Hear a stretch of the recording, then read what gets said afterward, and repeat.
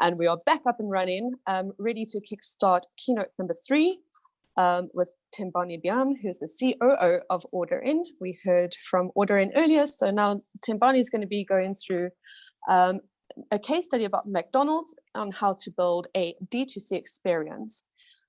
Please remember that there is the question section for you to ask him questions. I will be asking him questions at the end of the session. So Thembani, over to you. Thank you so much, Sharon, and thank you for the time. I hope everyone is well. I hope everyone is safe. We're in very interesting times, and I hope everyone is doing particularly well today. So I'll go ahead and present my screen and start the session. But as I do that, perhaps I can give a very quick introduction. And Sharon, please just let me know if you can see my screen. But I'm Thembani Biyam. I am the Chief Operating Officer at OrderIn. And I'm here to talk about a case study that OrderIn's recently been engaged with pretty much over the last year. Can you see my screen, by the way? Thembani, I can see it. It's perfect. It's looking really good. Okay, great. Great. Okay, so before I go straight into it, I think it's probably a good idea that we talk a little bit about who OrderIn is, because the instant reaction that we get a lot of the time when we talk about OrderIn is, are you guys still alive? Like what's actually going on with you guys? So maybe let me do a little bit of a brief reintroduction to OrderIn, particularly because we've been underground for a really long period of time, but definitely working on some cool things. So I think a lot of you may remember OrderIn as a customer app. We did food delivery just like Uber Eats and Mr. Delivery do. And particularly started in 2012, we were the first B2C food delivery app in the country. Definitely had some amazing competition coming in from Naspers at Mr. D, and then subsequently at Uber Eats. But a lot of people, when they think about OrderIn, are thinking about OrderIn 1.0, what we think of as OrderIn 1.0, which is the food delivery app. Since then, OrderIn has actually pivoted from a B2C food delivery app to an end-to-end B2B e-commerce enabler. And we did this pretty much underground over the last 3 years, particularly because we saw a massive need in the market coming up to help big businesses as well as SMMEs to move into e-commerce, particularly in Middle East and Africa, and obviously starting with South Africa. But what does that journey really look like? I joined OrderIn around about 2018 in September, and I didn't necessarily have all the background, but prior to that, the team had started some sort of an initiative of building proprietary on-demand delivery technology to enable what we call as delivery as a service. And that's basically being able to integrate, plug and play with your app or your website and be able to send orders to a shared delivery network that you can then execute deliveries for your clients for. So the initiative really started in 2017. Then in 2018, which is just after I arrived, we started market testing this delivery as a service. But particularly, the founder and current CEO, Dinesh Patel, who I work with very closely and spoke a little earlier, started building a really robust team to deliver on delivery as a service, particularly for B2B clients. Then in 2019, we launched delivery as a service. And we started with, I think a few of you or a lot of you may know an app called Bottles, which was historically a alcohol delivery app, is now part of Pick and Pay. They did a fantastic job pivoting from alcohol delivery to grocery delivery during COVID. And we worked alongside Bottles in helping them to make that pivot, but as well as doing deliveries when they were doing alcohol, as well as when they were doing groceries, And they're still a very valued customer as well as a very valued partner of ours right now. In 2019, we also started the build for McDonald's South Africa's direct-to-consumer channel, which I'll go over a little later. Then in 2020, which was last year, I think we kind of found our stride and found product market fit. And this is, a combination of great vision from Dinesh Patel, who's the founder and CEO. But to be very honest with you, COVID-19, I don't like to talk about it as luck, but for e-commerce really changed the game for a lot of businesses, and probably the reason why we're all here today. And so as e-commerce became the primary channel for retailers, OrderIn grew almost 1,000% in 1 year. And this is the year we launched McDonald's direct-to-consumer channel, but we also launched KFC and Burger King delivery as a service. We launched proof of concepts for them and are still running those proof of concepts to this date. And I guess this year is really the year for scale for us. And so it's part of the reason why we've come out of the woodworks and you're seeing our faces and kind of seeing us alive one more time. Our vision is really exciting. We believe, besides the fact that COVID's really accelerated things on the e-commerce side of things, we think that if you look at America, if you look at China, if you look at some places in Europe, really what's starting to become obvious is e-commerce is the future. But in an e-commerce future, it's very different to traditional retail, which is brick and mortar. In this future, really everything will be delivered. And we believe in this wholeheartedly. Not only that, but we believe that there's a very necessary and urgent mission to build the infrastructure for the future of commerce. And this is our mission at OrderIn going forward. Okay, so with that context, how does OrderIn then help enterprises with their D2C goals, and how does that filter into this case study that we'll talk about just now? We provide the end-to-end technology and the delivery as a service to enable e-commerce. Now, if you think about e-commerce in totality, you've got your consumer channels, you probably have some in-store point of sale or other type of technology. You've got your delivery technology, you've got a driver network that then fulfills those deliveries. Depending on the type of delivery you're doing, you're either doing on-demand delivery or scheduled delivery.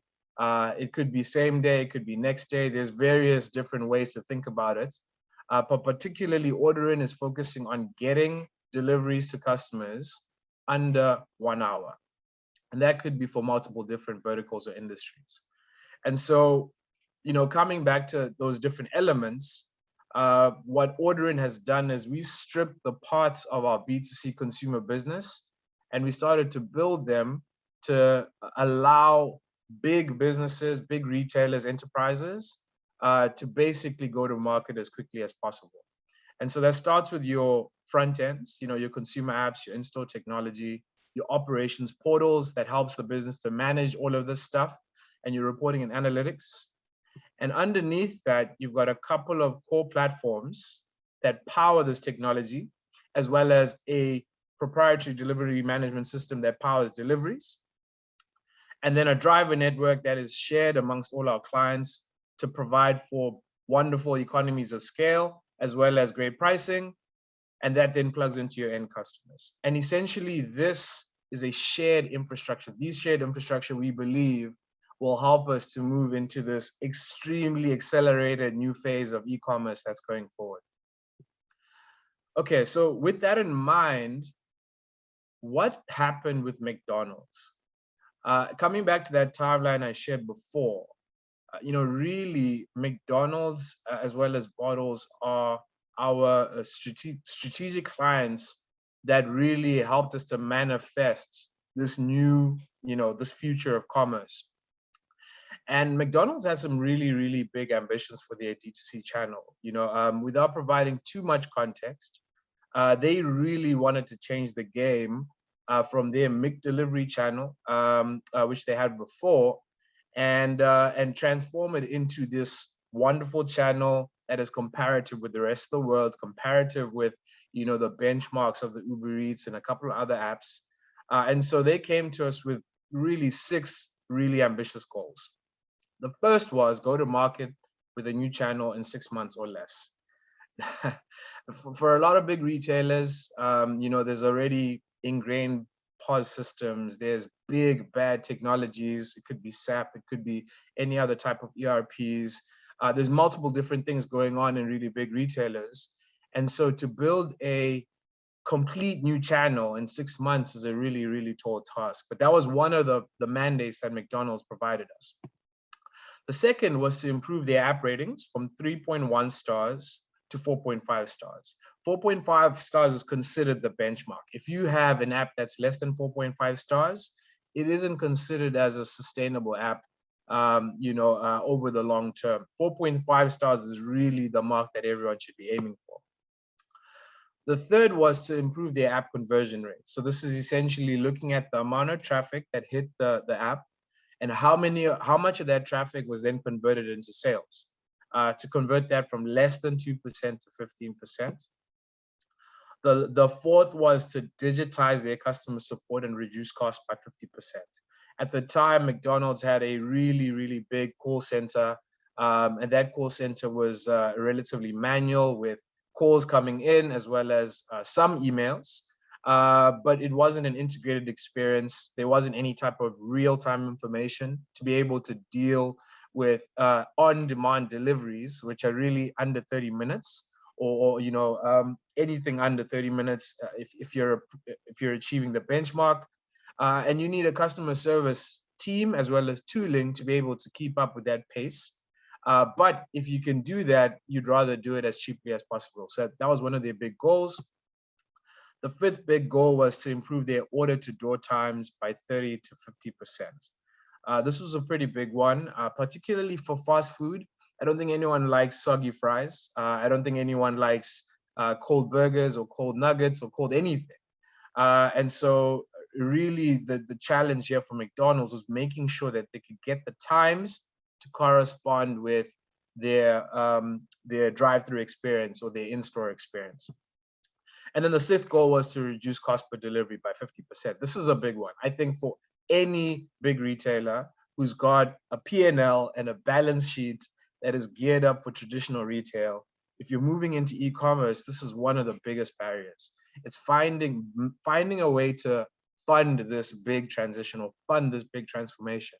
And part of the way to do this is to make sure that your economies, your unit economics are really attractive. So with these 6 goals, OrderIn then led a journey mapping process with McDonald's. We had a couple of workshops, and what we wanted to do was really co-design an end-to-end solution. I think when you have any type of partnerships where you have a big retailer or an SME with a technology or logistics provider, you want it to be a collaborative process. You don't want this to be a one-sided process in any way or form, because it is one channel. It is an end-to-end channel. And so the success of this channel is dependent on how well the two parties can play together. And so we started with, without going into too much detail, a basic journey map where we mapped out the basic parts of a order. And this is really, your awareness and your acquisition. This is your marketing stage. It's your consumer app, which is really where the ordering happens. It's where the food is prepared in the restaurants. It's where the drivers then deliver the food from the restaurants. Any type of client recovery or retention or service recovery via customer support.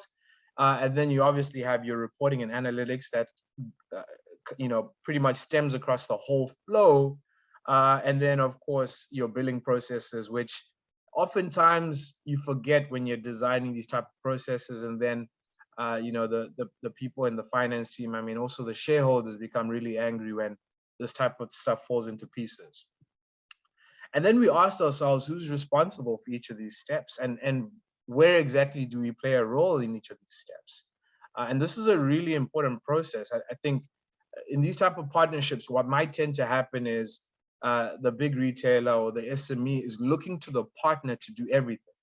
But in most cases, the success of the solution is based on a two-way exchange. It's based on how much each party can contribute to the overall journey. And we went through that process without going into too much detail. And really what OrderIn then did is we leveraged our platforms to create this exclusive experience for McDonald's. So these platforms that I mentioned before, we replicated those for McDonald's and white labeled them using our core platform, using our delivery management system and our driver network. But on top of that, we found a way to integrate the current McDonald's driver network into the solution. McDonald's already had a really decent driver network.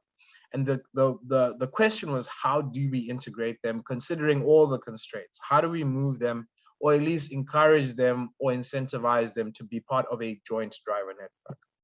And essentially, this was all done to serve McDonald's customers. And so the end result was really a product that's called Scoot. And I'm hoping, if we've done our job well in the last couple of months, that the brand awareness is starting to come out. And really, Scoot is a manifestation of this co-collaboration between McDonald's and OrderIn to build this full-on channel.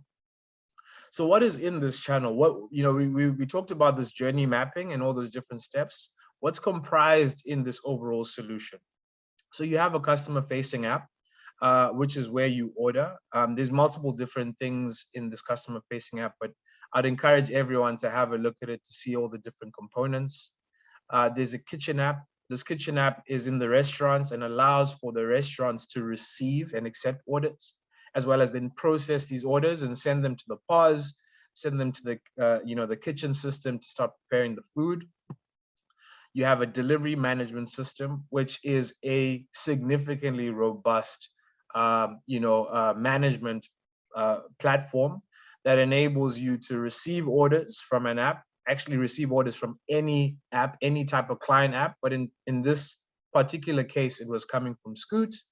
It allows you to design certain delivery zones and design certain delivery areas. It allows you to onboard drivers, manage deliveries, track these deliveries, a number of things. But this is really the heart of on-demand delivery. If you're trying to get a delivery to a customer in 30 minutes, this is really where the magic happens.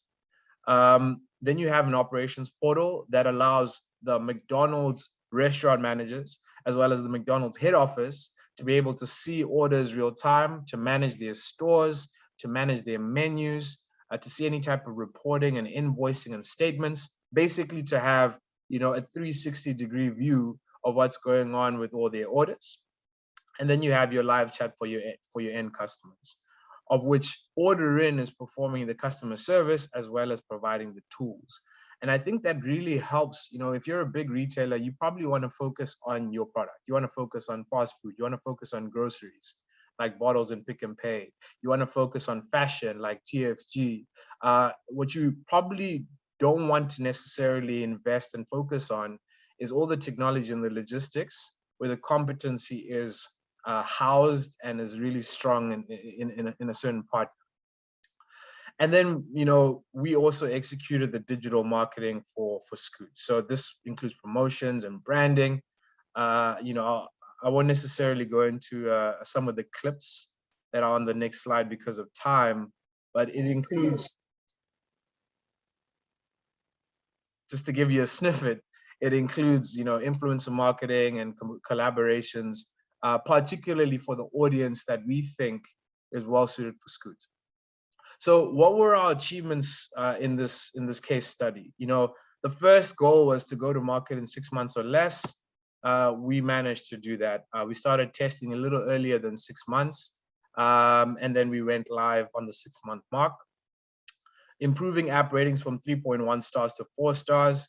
The Scoot app is a reactive web app, and there's a particular reason we built it that way. We collect in-app reviews, and those in-app reviews are definitely hitting the 4.5 star mark. Improve app conversion from 2.2% to 15%. The benchmark in food delivery is 30%. But for now, after almost a year of operation, we've exceeded the 15% mark.